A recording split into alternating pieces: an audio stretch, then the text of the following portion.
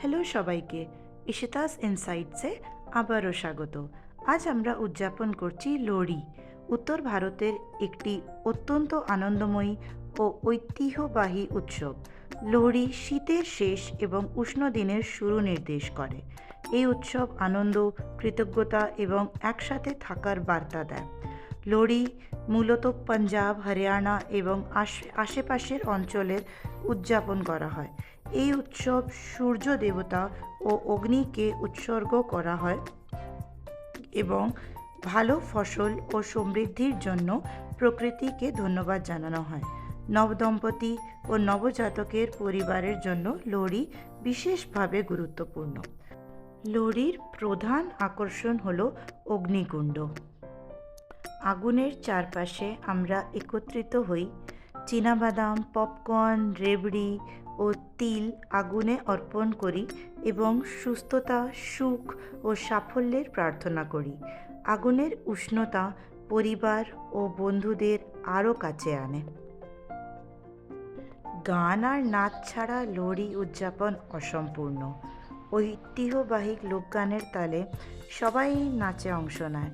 চারপাশে ছড়িয়ে পড়ে উৎসবের আনন্দ ও ইতিবাচক শক্তি। এত জমকালো পাঞ্জাবি ফোক গানগুলো বাজছিল, কিন্তু কপিরাইটের জন্য আমি গানগুলো দিতে পারলাম না। যদি গানগুলো দিতে পারতাম তো একটা আলাদাই ভাইব আর এনার্জি আপনাদের আমি শো করতে পারতাম।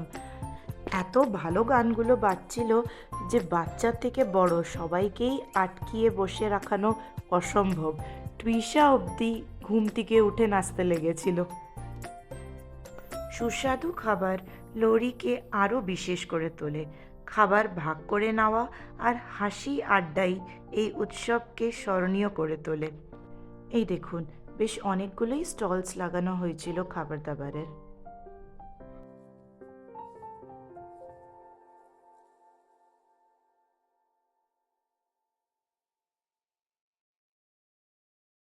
এই খাবার দাবার আর বাচ্চাদের এই সব সিটিং অ্যারেঞ্জমেন্টসগুলোর থেকে একটু দূরেই এই অগ্নিটাকে জ্বালানো হয়েছিল। ওই যে ওই দেখতে পাচ্ছেন, ওইখানে লোহড়ির আগুনটা জ্বালানো হয়েছিল। চলুন, অনেকক্ষণ নাচ গান হলো, এবার খাওয়া যাক। খিদে পেয়ে গেছে খুব জোরে। এই যে এটা পরোটা, গাজরের হালুয়া, মাশরুমের তরকারি আর পনির পোলাও, এইগুলো মেইন কোর্সের মধ্যে ছিল। তাছাড়া ফ্রেঞ্চ ফ্রাইস ছিল। আর এই যে এটা গুজরাটি কম্বিনেশন হচ্ছে ফাফড়া জলেবি। এই বেসনের এই তৈরি হয় এই ফাফড়াটা, তার সাথে জিলেপি।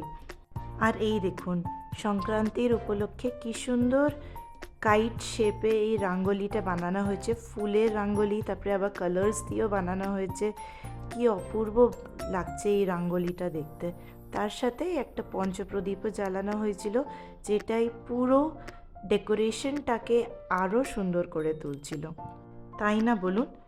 সংক্রান্তির দিনেও আমরা ছাড় পাইনি। এই জিও এআই ক্লাসরুম ওয়ার্কশপ হয়েছিল, যেটা জিও মহারাষ্ট্র আর গোয়ার সেলস হেড নিয়েছিল। তো যাই হোক, ওই ওয়ার্কশপটা অ্যাটেন্ড করে এসে তারপরে আমি ঝটাপট রান্না বসাই।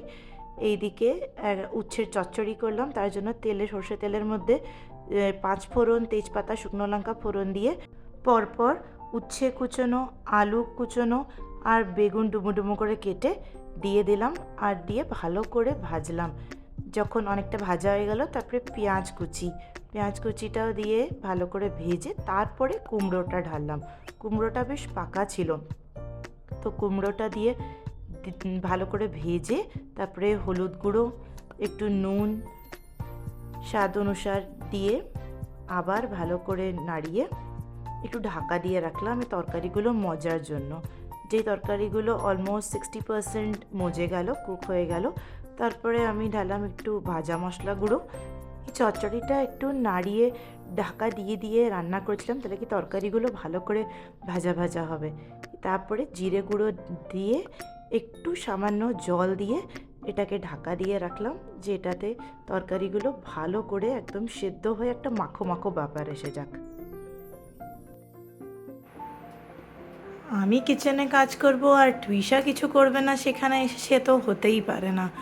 ওই যে আমি আলু কেটে রেখেছি বাঁধাকপির তরকারিতে দেওয়ার জন্য, এই যে উনিও এসে ওটাকে আরও ছোট ছোট পিসেসে কাট করছে। টুইশা, হাত কেটে যাবে, কেটে যাবে বেটা, রক্ত বেরোবে, করো না, রেখে দাও।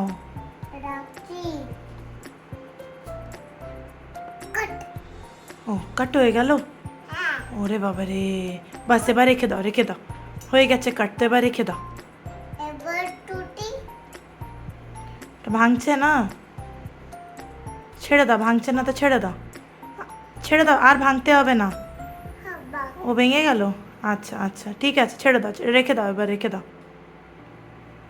এখন একটু তাড়াহুড়া করেই রান্নাটা করতে হবে, কেন কি ওয়ার্কশপটা শেষ হতে হতেই প্রায় 11টা, সোয়া 11টা মতন হয়ে গেছিলো। তারপরে আমরা 3টে টিচার্স গেলাম আবার মার্কেটে ইউনিফর্মের জন্য শাড়ি পছন্দ করতে। রেগুলার ইউনিফর্ম নয়, রেগুলারে তো স্যুট শাড়ি যা খুশি কালারে পরা যেতে পারে, কিন্তু কোনো স্পেশাল ওকেশনসে যেমন অ্যানুয়াল ডে হলো বা গ্রুপ ফটোগ্রাফ হলো, স্টাফ ফটোগ্রাফ, বা কখনো ম্যানেজমেন্ট ভিজিট হয়, তখন পরার জন্য শাড়ি পছন্দ করতে গেলাম।